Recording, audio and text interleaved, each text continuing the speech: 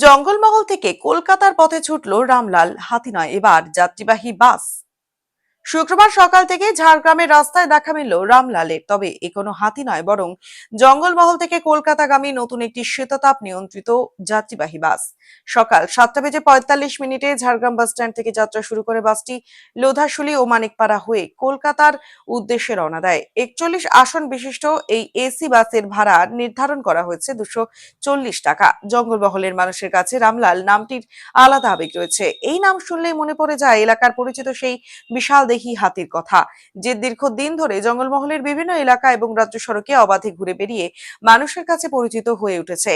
বন দপ্তরের কর্মী থেকে সাধারণ মানুষ প্রায় সকলের কাছেই রামলাল এক চেনা নাম।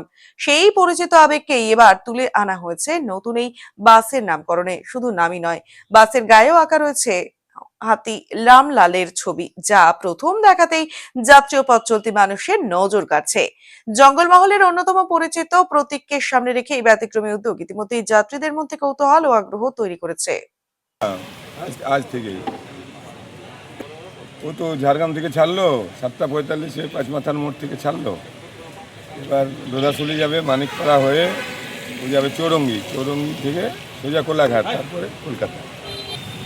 মানিকপাড়া নিয়ে যাওয়ার কারণটা কিছু না, আমি দেখেছি মানিকপাড়ার মানিকপাড়ার লোক এই পাবলিক ট্রান্সপোর্ট নিয়ে বহুত সমস্যায় থাকে, বহুত ভোগে। আমি এককালে মানিকপাড়ায় চাকরি করেছি, তো আমি জানি মানিকপাড়ার লোকের কষ্টটা।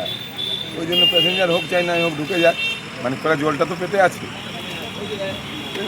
ওই এই একটাই কারণ, মানিকপাড়া যাওয়ার দ্বিতীয় কোনো কারণ নেই। আমি দীর্ঘদিন মানিকপাড়ার চাকরি করেছি, আমি জানি তো এই জিনিসটা। কিছুটা তো সারা আছে, ঝাড়গ্রামের সমস্ত লোকই আমার থেকে বেশি জানে যে রামলাল চালু হতো। এ তো এক কথায় কী করে বলি বলুন তো।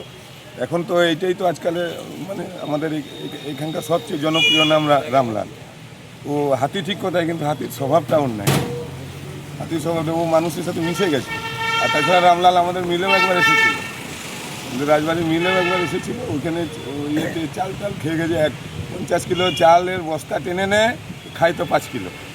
বাকি চাল চতুর্দিকে ছড়িয়ে দিয়ে গেল, খায় তো 4-5 কিলো। এই তো আর কি, অন্য কিছু। তখন আমাদের মিলে যখন ঢুকেছিল তখন ওর রামলাল নামকরণ হয়নি, তখন থেকে আছে ও।